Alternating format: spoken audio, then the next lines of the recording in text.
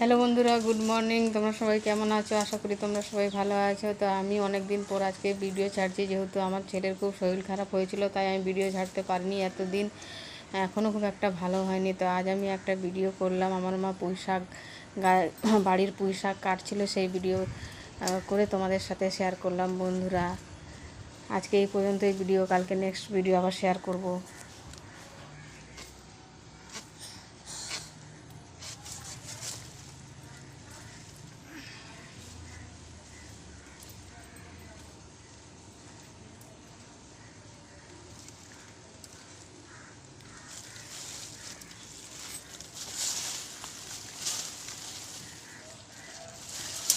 এই তো, এই কতগুলো হয়েছে, এই যে